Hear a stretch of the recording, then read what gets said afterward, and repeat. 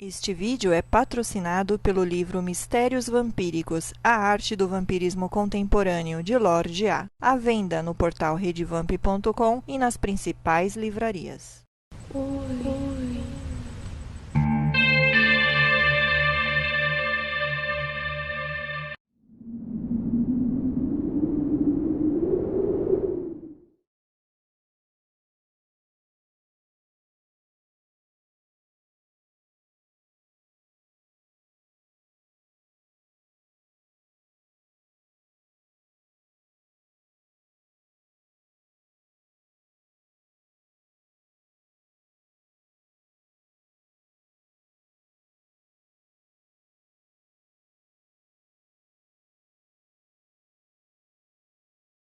Sejam bem-vindos a mais uma edição do Encontro do Tarô dos Vampiros, um evento que já existe desde o ano de 2011, desde janeiro de 2011.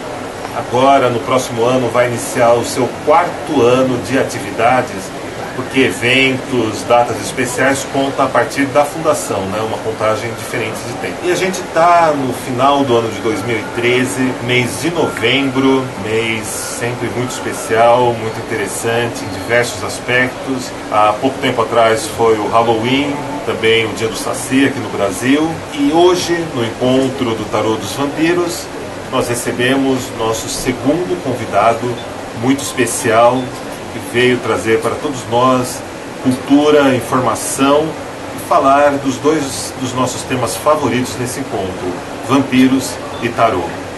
Eu apresento a vocês Marcelo Del Débio, do blog Teoria da Conspiração, um dos maiores pesquisadores de oráculos e sociedades secretas da atualidade aqui no Brasil. Peço uma salva de palmas. Entrego o encontro na sua condução hoje, Marcelo. Muito obrigado. Bom, não sei se vocês já conhecem, acho que a maioria daqui já conhece o Tarô dos Vampiros.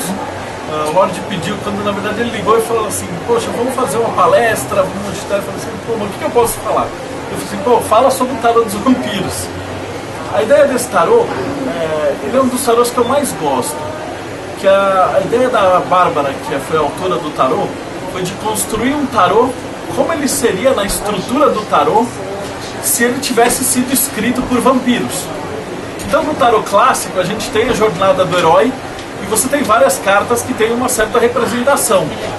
Só que, se esse tarô tivesse sido escrito por um monstro que vive eternamente, tem que se alimentar de sangue, tivesse medo do sol, como é que ele trataria esse símbolo? Então, como a gente vai ver na palestra, o sol no tarô comum ele tem um significado. No tarô dos vampiros ele tem um significado completamente diferente. Por quê? Porque ela conseguiu fazer de um jeito brilhante essa adaptação do simbolismo do tarô para o simbolismo dos vampiros. Então, eu sei que muitos de vocês não conhecem tarô e tal, então eu vou tentar falar um pouquinho do que é o tarô do arcano normal e depois falar a modificação que ela fez para vocês tirarem uma conclusão daí. Então a jornada do tarô, ela normalmente traça 22 caminhos, ou 22 arcanos. Então existe uma estrutura chamada Árvore da Vida, que para os vampiros eles chamam de Árvore da Morte, e você vai ter as 22 letras do alfabeto hebraico.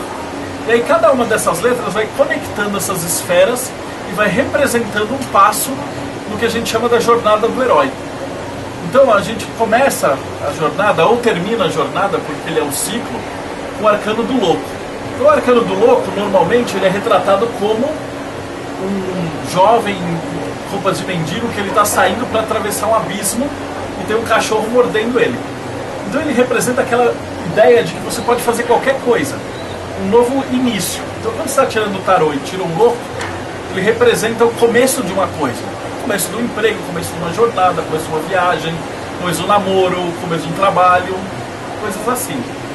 E no vampiro, ele coloca de uma maneira diferente. Então ele saindo da tumba para ter a jornada dele.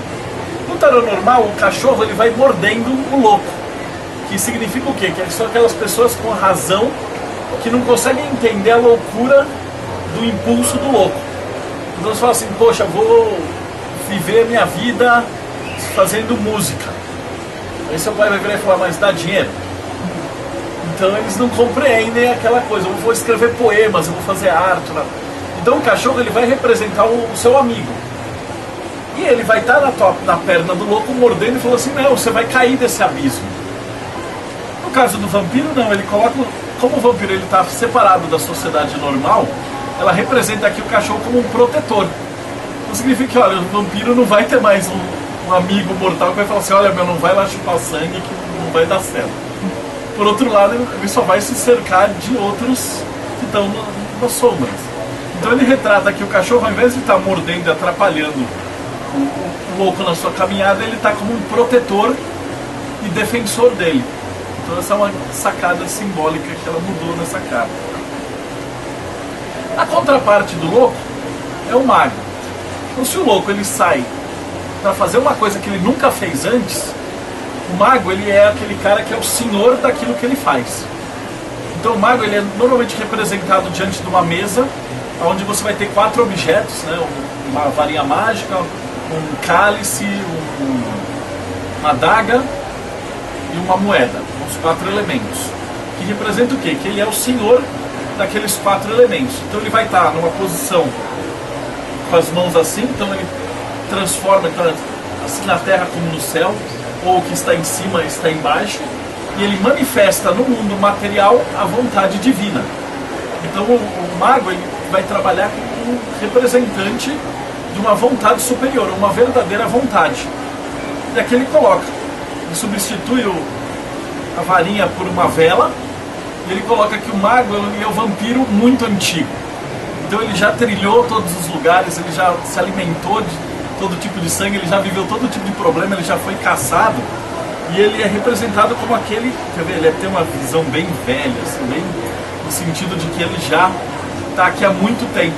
Então ele passa essa ideia no simbolismo vampírico, de alguém que sabe muito bem o que faz, como faz, por que faz e o que está fazendo. Então no tarô de vocês, se vocês forem um dia no jogo fazer uma tirada e sair um mago, ele significa que aquela situação ela está sendo dominada, você sabe o que está acontecendo. A parte feminina do mago é chamada de sacerdotisa. Aqui nos vampiros ele coloca a mulher agarrada na Torá, como uma vampira que ela está há muito tempo nessas leis, nessas regras da noite, e ela está tentando buscar assim, o que ela ainda sabe, o que ela ainda tem de humanidade. Então entre as duas colunas, né? A gente pode ver que tem uma coluna branca e uma preta. É o rigor e a misericórdia. Então ela vai estar sempre nesse peso de ela vai tirar uma vida humana, mas ela por outro lado vai precisar se alimentar. E ela está meio centrada nisso, tentando se agarrar a algum tipo de lei que faça ela não perder essa humanidade. E essa modificação eu achei bastante interessante desse arcano.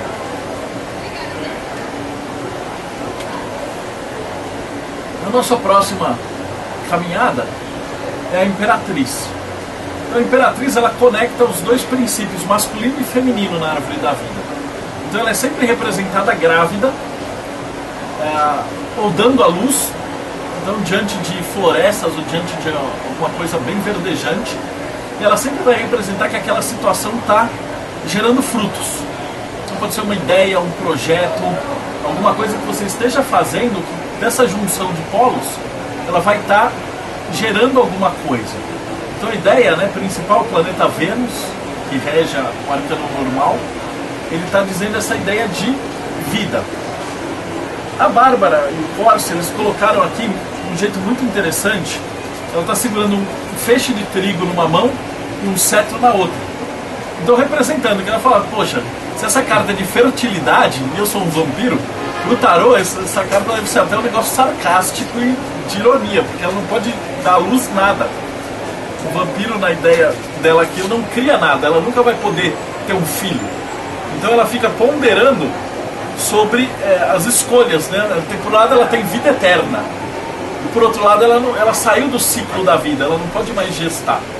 Então ao invés de ser uma carta que ela tem um viés alegre, um viés de produtividade, aqui nesse tarô, né, no livro dela, ela coloca que ele tem um viés de pensar no que você está recebendo da eternidade e no que você está perdendo de criar. Essa carta, eu acho que para um vampiro, ela deve ser uma carta muito triste. Porque ele deve olhar para ele mesmo e falar assim, poxa, eu tenho toda a eternidade, mas eu estou fora da natureza agora. Eu pertenço a uma outra coisa. A contraparte alquímica da Imperatriz é o Imperador. Então, se a Imperatriz do tarô normal, ela gesta, ela cria tudo, o Imperador, ele é o pai. Então o Imperador é aquele que está comandando, é aquele que está regendo, é aquele que tem o domínio da matéria. Para aqui ficou fácil, ele colocou como um daqueles vampiros anciões. Então daqueles que já tem uma prole gigante, mas ele trata num outro sentido. O sentido de imperador é um sentido de mão de ferro. Porque num tarô normal, você cria seu império para deixar para o seu sucessor. Você vai nascer, crescer, ter filhos, gerar o império e passar para os seus filhos, passar para os seus discípulos e tal. Se o vampiro vive para sempre, ele não tem a ideia de descendente. Então ele só acumula o império dele. Então essa carta, ela é vista no tarô dos vampiros como uma carta mais de poder do que uma carta mais de passar o poder. Então a ideia de que esse imperador, ele governa com mão de ferro. Porque ele não pode se dar o luxo de, eu estou criando, ele é um vampiro, ele é um vampiro, ele é um vampiro. Se eu criei 6 vampiros, eu não tenho 6 discípulos, eu tenho 6 concorrentes. Então ele muda um pouquinho aquele conceito do tarô humano. Ele trabalha um pouquinho mais com essa ideia de que o imperador é uma mão de ferro para ter um domínio cada vez maior.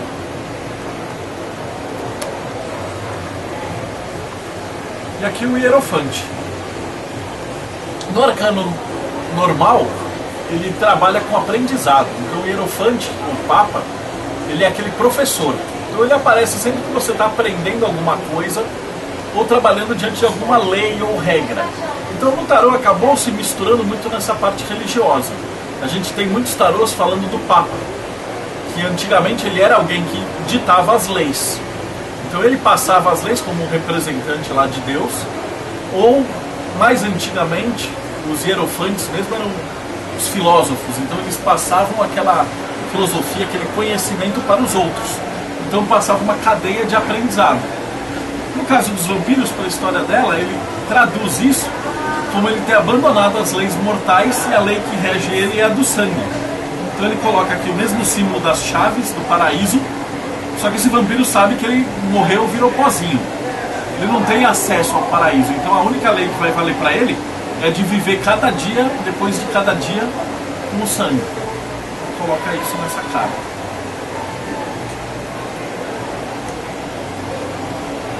Uma vez que você tem o aprendizado, o próximo passo da jornada do herói são as escolhas. Então existe um arcano chamado Enamorados, ou Amantes, que ele vai tratar de escolhas. Então normalmente ele é representado como um príncipe ou um homem, e ele vai estar diante de 2 mulheres. E aí ele tem que fazer uma escolha de qual vai ser a parceira dele. Então a carta, quando ela sai numa tirada, ela sempre tem a ver com você fazer alguma escolha para você ou pegar um problema, dividir em partes, examinar cada uma dessas partes e depois chegar na conclusão. Aqui para o vampiro, a Bárbara coloca o questionamento de escolha do vampiro como você dá eternidade para uma amada ou amado e ao mesmo tempo passar a mesma maldição. Então ele fica nessa escolha de tormenta de você ser eterno e você não poder se apaixonar por ninguém, ou passar essa maldição e transformar a pessoa para ficar com você para sempre.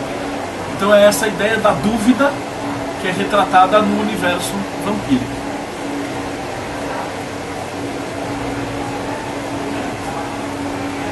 Em seguida, o tarô normal nos presenteia com o carro.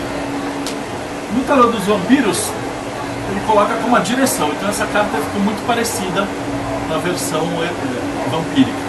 Ela lida com aquela certeza de quando você está alinhado, né? Na original você vai ter 2 esfinges, uma preta e uma branca, que a gente já viu antes, é o rigor e a misericórdia, que para você, quando você tem uma ideia, um projeto, se você consegue equilibrar na tua vida o que você está fazendo com parte emocional e a parte racional, você consegue ir pra frente e resolver qualquer coisa. Um dos vampiros é a mesma coisa, a ideia de que o cara tem um lobo branco e um lobo preto, um cachorro preto e um branco, e eles puxam essa carroça e ele vai pra onde ele quiser.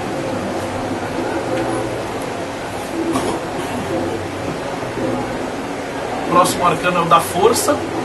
Ele está representado aqui na história delas como os lobisomens, que para essa autora eles são aliados dos vampiros. Aliados, não? Sim. Cheguei a aprofundar nos outros arcanos. Mas ele trabalha com aquela parte bestialidade. Então a força, no tarô normal, ele é sempre retratado por uma mulher muito fraca, vestida uma roupa branca e com o símbolo do infinito na cabeça. E ela está dominando um leão que dá 10 vezes o tamanho dela. Então isso seria a essência suplantando o ego. Então, no caso dos vampiros, ele seria o que? A bestialidade. Ele conseguir manter a sua essência humana mesmo diante de um poder que transforma ele cada vez mais numa criatura bestial.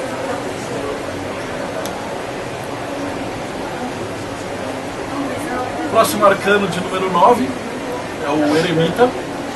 Então, o eremita ele vai trabalhar com a solidão, ou a responsabilidade, ou a busca pela perfeição. Então pode ser uma pessoa que ela já atingiu uma maestria no que ela faz, e vai chegar uma hora que ela não tem mais nada para aprender com quem está ao redor. E aí ela vai ter que trilhar o caminho dela sozinha, ou seja, para compor uma música, um escultor, um trabalho. Vai chegar uma hora que você já pegou um mestrado, um doutorado, um livre docência, você chega num ponto onde ninguém ao redor vai conseguir te ensinar nada. E aí você vai ter que perseguir a perfeição. Então no arcano normal do tarô, ele é um senhor de barba, um cajado, com uma lanterna, que está indo atrás da inspiração. Então ele é retratado, é uma senhora, uma jovem, que tem com flores, que vai andando e deixando pegadas. E ele vai seguindo essas pegadas. O que significa que o mago, quem está lendo o tarô, ele não vai parar nunca. Ele vai estar sempre atrás da inspiração, sempre caminhando. E no caso do vampiro, eles colocam quase um Drácula aqui, né? O tradicionalzão. Gary Oldman, né? Gary Oldman. Como alguém que já está velho, ele já que tem, sei lá, 1000 anos, ele já viveu muito, ele tem uma certa correlação. No arcano normal, você tem o mago, ele evolui para o eremita. Então o mago ele ainda está mostrando os poderes dele para os outros, fazendo a grande obra. E aí ele busca mais inspiração, e quando ele desce o morro, ele traz essa inspiração para mostrar. Um exemplo bíblico, por exemplo, Moisés. Quando ele sobe para pegar os 10 mandamentos, ele está sendo esse arquétipo do eremita. Quando ele desce e passa esses 10 mandamentos, ele é o mago. Aqui seria o eremita, o vampiro que já está de saco cheio, falando assim, eu já vi tudo, eu já sei tudo, eu estou indo embora, eu estou isolado. Ele está aí, mesmo diante de muitas pessoas, mas ele está naquele aspecto de solidão. Então, para um tarô escrito por um vampiro, com certeza essa carta deve ser bem dolorida para ele. Porque ele tem aquela consciência de que, ele está no mundo, mas ele não é do mundo. O próximo arcano é a Roda da Fortuna. Então, no tarô normal, ele faz um par de arcanos. É a Roda da Fortuna junto com o enforcado, ou pendurado, vou falar daqui a pouco. A Roda da Fortuna, ela lida com ciclos. Então ela vai falar de plantações, colheitas, o plantio, o cuidado, depois o outono, a colheita e assim por diante, inverno, verão e tal. Enquanto que o pendurado, ele vai falar do deserto. Ele vai trabalhar de uma situação que não sai do lugar. E aí, a gente pesa esses dois dentro da árvore da vida, a gente vai entender o simbolismo dessas duas cartas. São cartas, vamos dizer assim, opostas no tarô. Então aqui do vampiro, ele coloca os caixões em volta do sol e vai lidar com essa parte, né? Então você acorda de noite, faz sem fazer, dorme de dia e trabalhando com ciclos. E chega num ponto do vampiro que ele sai desse ciclo. Esse arcano, para os seres humanos, ele lida com nascimento, crescimento, casamento, filho, morte e ressurreição. No caso do vampiro, ele sai dessa roda. Ele tem crescimento tal e ele não vai ter morte, ele não vai ter velhice. Então o que ele espera daqui, estando fora do ciclo, para ele passa a contar apenas o que ciclo, que é o interessante para o vampiro, de noite. Então ele fica mais fechado ou cercado de ciclos, ao mesmo tempo menores, né? O Sol e a Lua, e por outro lado um ciclo infinito, no qual ele vai estar presente para sempre. Essa próxima carta é interessante. O tarô normal é a justiça. Então ela lida com karma, lida com o retorno, lida com ações que você causa e depois volta e te afeta. No caso de um vampiro, ele lida com aquela justiça vampírica, que como eles estão à parte da sociedade, ele coloca assim que uma mulher tem um enorme poder e um senso de humor doente. E ela vai chegar a qualquer momento e ela pode te pegar depois. O vampiro, como ele vive para sempre, ele não tem perdão, não tem esquecimento. O que você fez agora, depois vai ter um retorno. Você pode achar 200, 300 anos, achou que acabou, ela nunca vai esquecer e aí vai voltar. Então, o próprio karma vampírico ele é executado pelos próprios vampiros mais velhos. Perdoa. Então existe esse paralelo entre o karma do tarô original e a justiça vampírica. O pendurado é a contraparte dos ciclos. Então no tarô aqui também tem essa visão. Quando você tira esse arcano, ele está lidando com situações que estão meio fora do seu controle. Ou uma burocracia, ou alguma coisa que você quer fazer, um projeto que não está andando, alguma coisa que você tem que atravessar. No simbolismo original do tarô, ele tem a ver com o número 40, com o deserto. Então ele representa o quê?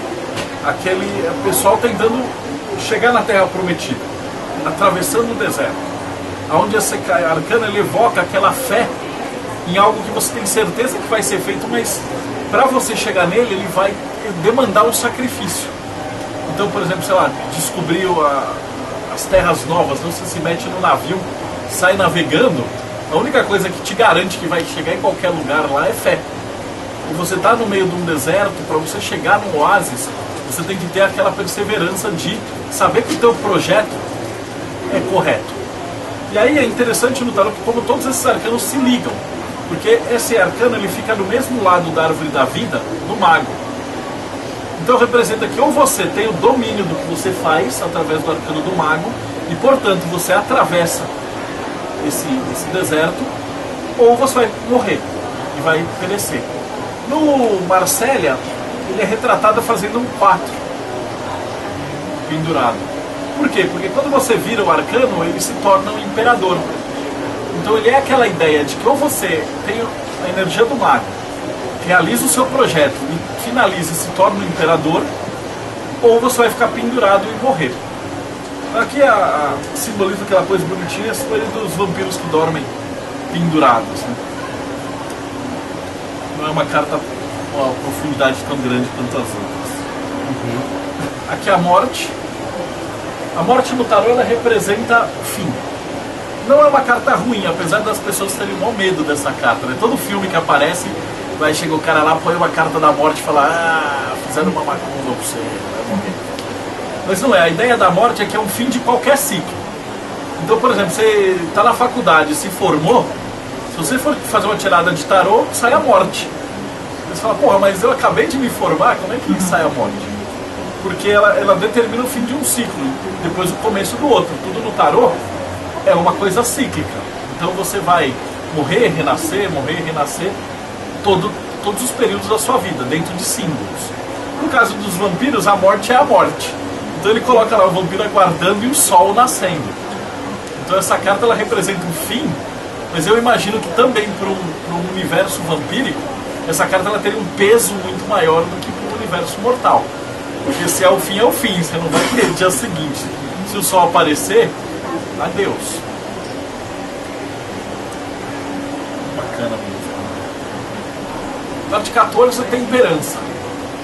Esse arcano no tarô normal ele versa sobre o equilíbrio. Então ele normalmente é desenhado um anjo com duas taças, uma em cada mão, uma de ouro e uma de prata, e ele vai misturando esses dois aspectos, do sol e da lua, até você chegar na tua essência, no casamento alquímico do sol com a lua. caso dos vampiros, a Bárbara fez uma adaptação para você tentar transformar o sangue em vinho do cristianismo no vinho para o sangue. De uma maneira que um vampiro conseguisse, de repente, sobreviver sem precisar ficar nessa roda de matança.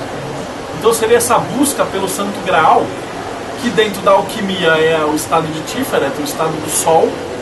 Para os vampiros eles já assumem, já é imortal, não existe mais aonde chegar.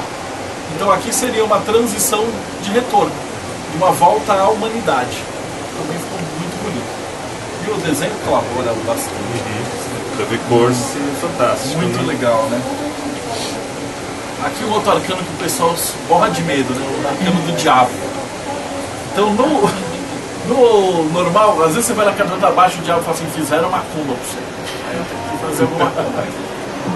Mas o arcano original, ele é a ligação de Mercúrio, de Rod, até Tiferet. Ele representa o outro caminho, né? O caminho da mão esquerda, o caminho do estudo. Então o diabo, normalmente ele é representado como uma armadilha do mago que cai no ego. Então como a gente vai ver, o mago, tradicionalmente ele está com a mão para cima e a varinha para cima. E o diabo, ele é retratado com a tocha para baixo. Então em vez de ele falar assim, seja feita a vossa vontade, né, a vontade do eu superior, ele fala, seja feita a minha vontade. Então ele trabalha assim com a vontade do ego. Então ele trabalha como uma contraparte do mago, inclusive ele está no mesmo lado e na mesma posição do mago na árvore, e ele trabalha como esse aviso de que você está caindo numa tentação. Então sempre que sai o diabo numa carta de tarô, ele vai estar perguntando para você assim, o que você está querendo de verdade? Esse motivo pela qual você está fazendo isso é sincero ou tem alguma coisa escondida atrás disso daí?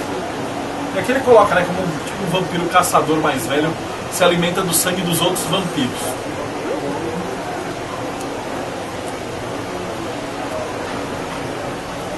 Vou comer ainda. Não, pode comer, te dá uma digitada. Calma, legal. Bom. Parabéns, Léo. Obrigado. Mas O próximo arcano, a torre.